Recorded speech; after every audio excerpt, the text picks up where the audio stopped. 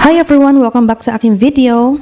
Ito na po ang ating revised class record and learner monitoring notebook for school year 2026 to 2027.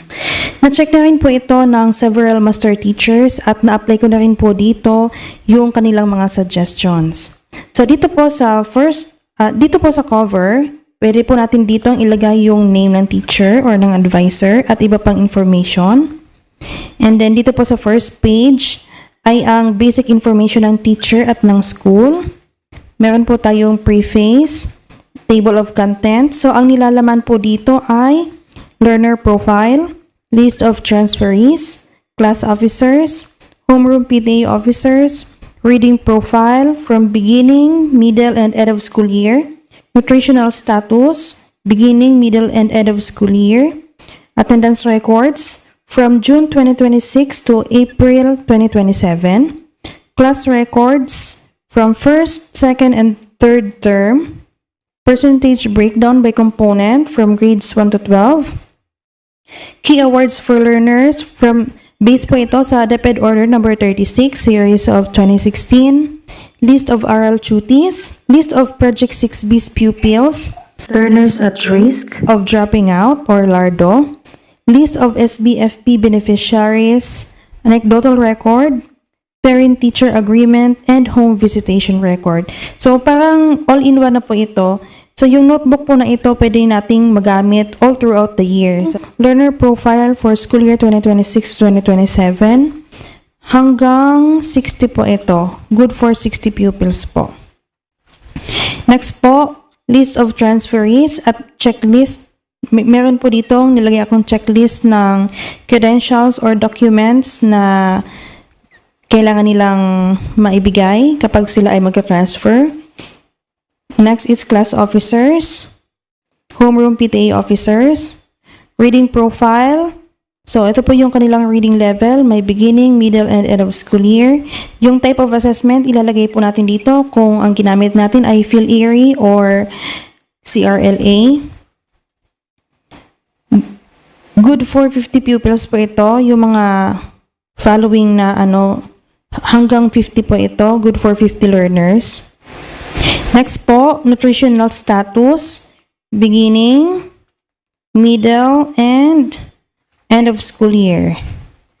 Next po yung attendance record from June 2026 to April 2027 po ito. Ayan, binase ko po itong format na to doon sa SF2 ng DepEd, pero mas pinasimplihan ko na lang ito. Kaya revise na po ito. Up to April 2027 po ito.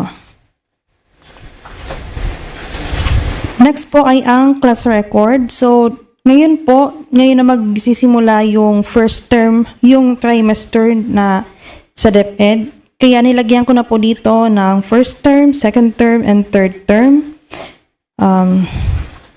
So, dito, grade and section, subject and term.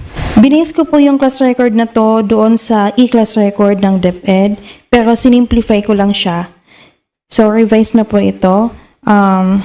Ito po, ilalagay nyo po dito yung term, kung first term, second term, or third term. And then, may term exam dito, and term grade. So, meron din ditong written works, and performance task, and term exam. Ilalagay nyo na lang po dyan sa percentage na blank yung percentage na nakalaan para sa bawat subject. So, meron ako nilagay dito na ganito, first term, second, and third. And sa bawat term, meron po ako nilagay na 12 class record forms for 12 subjects kung sakaling 12 ang subjects ng mga bata. Yun ang first term. Ito naman ay ang second term. Meron din po itong 12 na class record forms. And then the third term. 12 din po ang meron dito.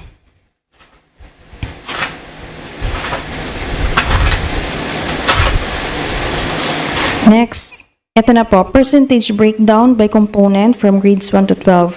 So, And dito na po yung mga subject at kung ilan bang percent ang nakalaan para sa written work, performance task, and term exam. Tapos ilalagay nyo lang po dito sa blank kung ilan bang percentage ang meron sila. And then, nilagyan ko na rin po dito ng key awards for learners. Ito yung mga awards na pwede natin ibigay sa mga bata. Tapos, list of oral duties.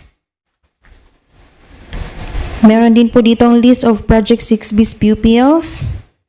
My learners at risk of dropping out or LARDO. And then, list of SBFP beneficiaries. Meron din po tayo dito ang anecdotal record. Ito po ay para sa pupils.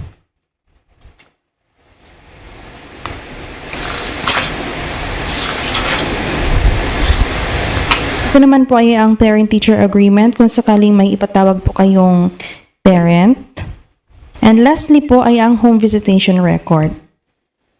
Mas marami ang nilagay ko dito sa anecdotal record para sa pupils kasi as a teacher, alam kong palagi tayong merong ma-observe talaga as in marami. Gusto nyo po nitong mag-order, message nyo lang po ako sa aking FB account, Vina Sam. Thank you so much for watching. Bye!